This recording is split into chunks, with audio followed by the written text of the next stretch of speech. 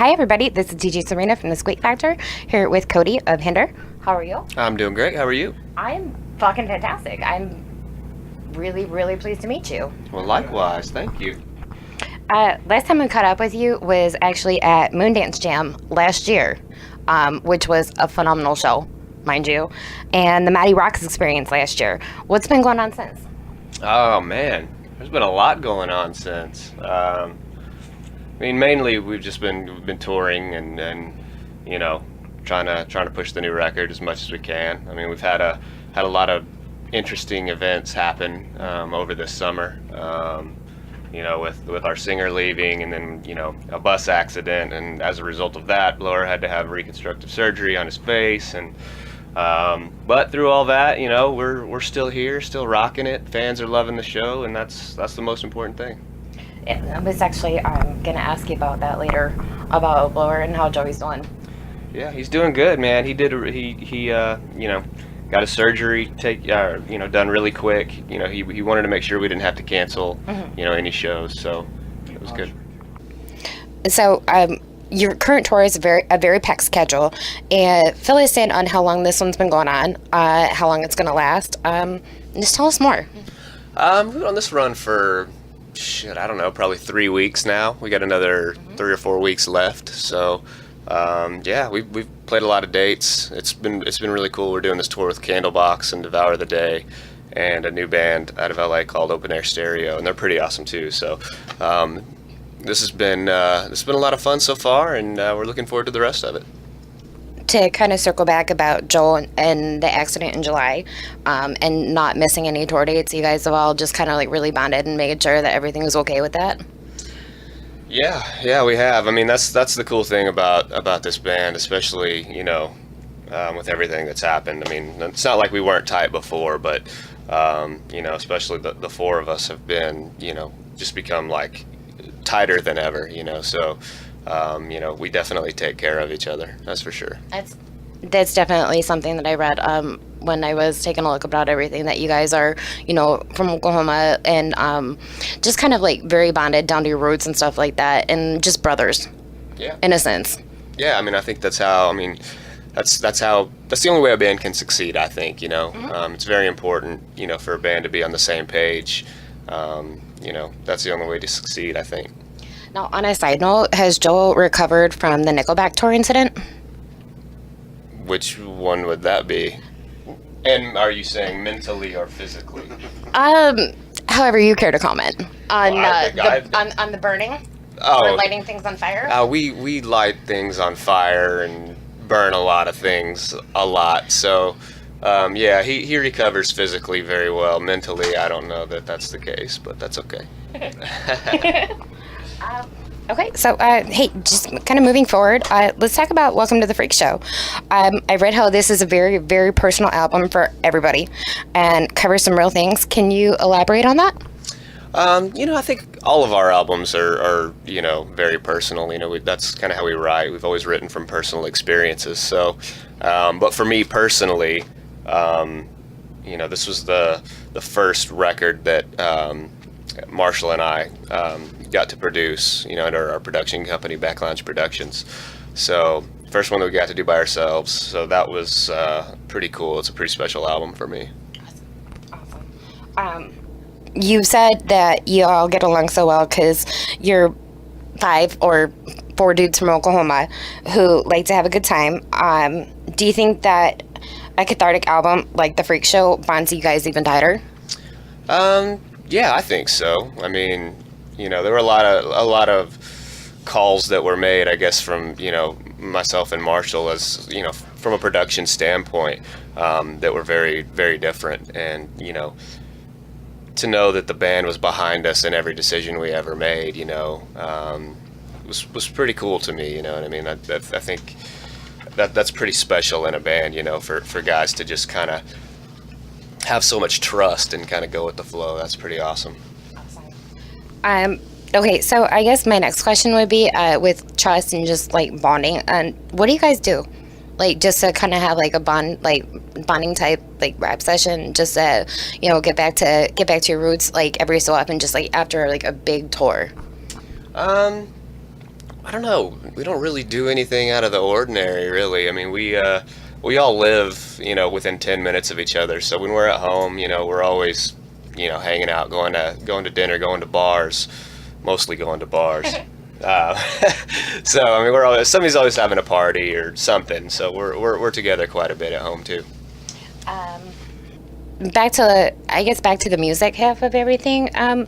Like for each of you, if you want to speak on everybody or you want to speak for yourself, what songs do you enjoy performing at most of your shows? Um, it kind of, I don't know. I think we kind of just all go back and forth. I think, All American Nightmare is a favorite. Um, Get Stoned is always fun because the crowd goes ape shit. That's great. Um, I don't know. See You in Hell's a good one. I don't, we have there are a lot of them that are fun. So I think everybody's all over the map, and it just kind of depends from night to night. I definitely have to say that All American Nightmare and Two Sides of Me, sometimes it depends on Ladies Come First or See You in Hell would end up in my 2-hour tour every week. I love you guys, so I'm very gonna say that out loud.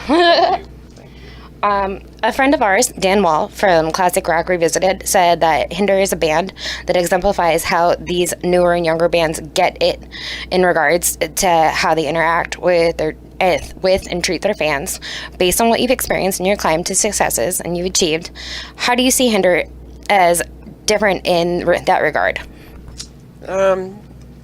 Well, I mean, I don't know. I don't know if we're different. I don't really know how other bands operate, as far as their fans and all that. But, we recognize that without our fans, we wouldn't be able to do this. They're the ones that are supporting us, and like I said, without them, we wouldn't be here. So it's important. I definitely agree with that. I guess maybe switching gears a moment, give us a glimpse of yourself outside of Hinder. Family?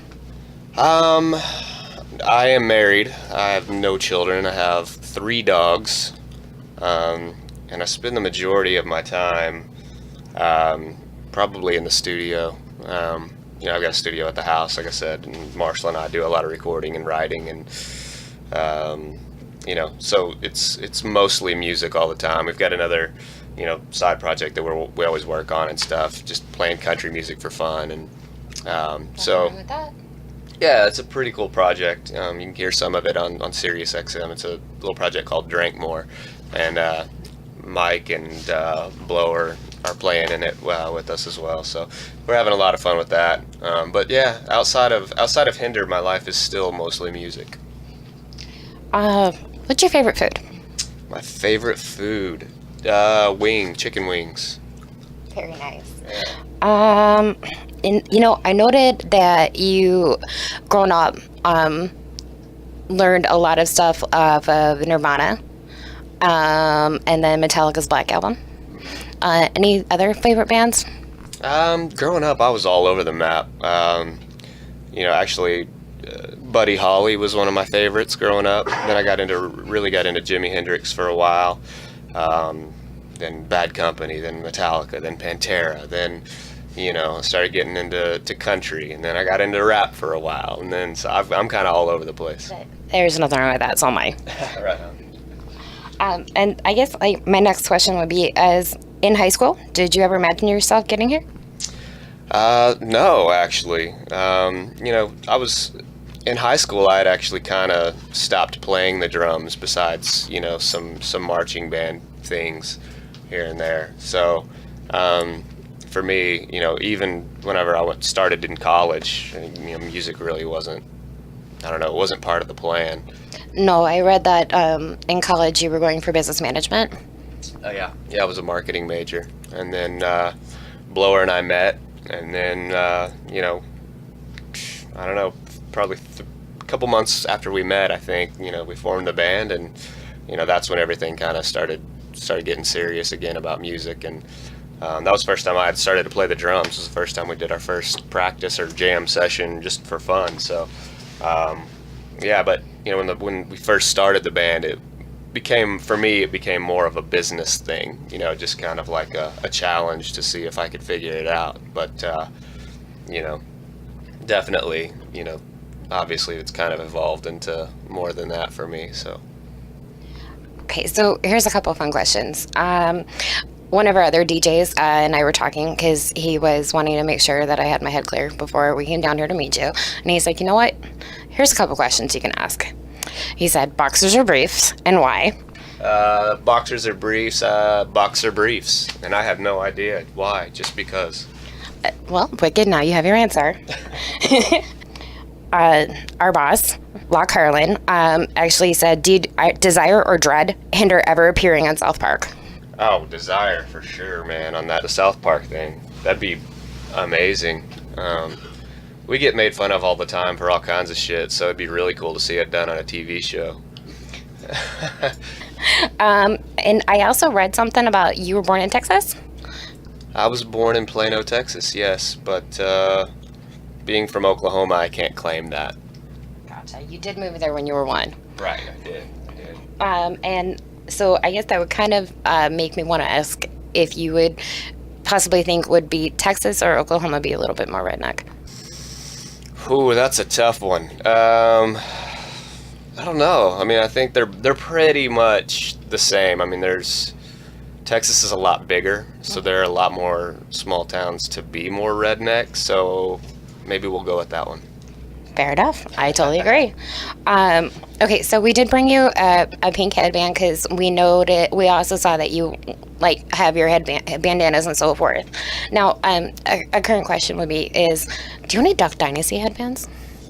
No, I haven't really been following this Duck Dynasty thing, to be honest, man. I tried to watch one episode and it seemed a little too scripted for me, so I don't know. It just seemed a little unrealistic. So I'm not involved in the whole Duck Dynasty craze. Do you want to turn the tables and ask us some questions? You can totally put us under the grill. I don't know. What's your favorite band? Top 10 or favorite top 5? If somebody asked me that question, I can even do it. Give me top 5. Top 5? You guys, Adelita's Way, Slipknot, Pantera, Hailstorm for sure. Now, is it because you like Hailstorm's music or because you think Lizzie Hale's hot? There's a couple songs I relate to. And you think she's hot? She's got cool vocals. Answer the question. No. Not at all. All right, well, I'm sure she'll be disappointed to hear that. I know, but you know what? She's got a set of vocal cords, man. She's got a set of a couple things. I love her. I'm just kidding. She's cool. And hot. So I guess we're gonna wrap things up here. Okay, so you heard it here with Cody of Hinder. Best wishes and continued success for all of you. Thank you very, very much for having us here tonight. Thanks to all our fans that have, come out to all the shows, this summer and fall. I know there's been a lot of stuff happening, and, it really means a lot to us to know that we have, super supportive fans that'll, be there for us no matter what. We'll continue to be there if you will. So thanks to everybody. And happy birthday, Mark.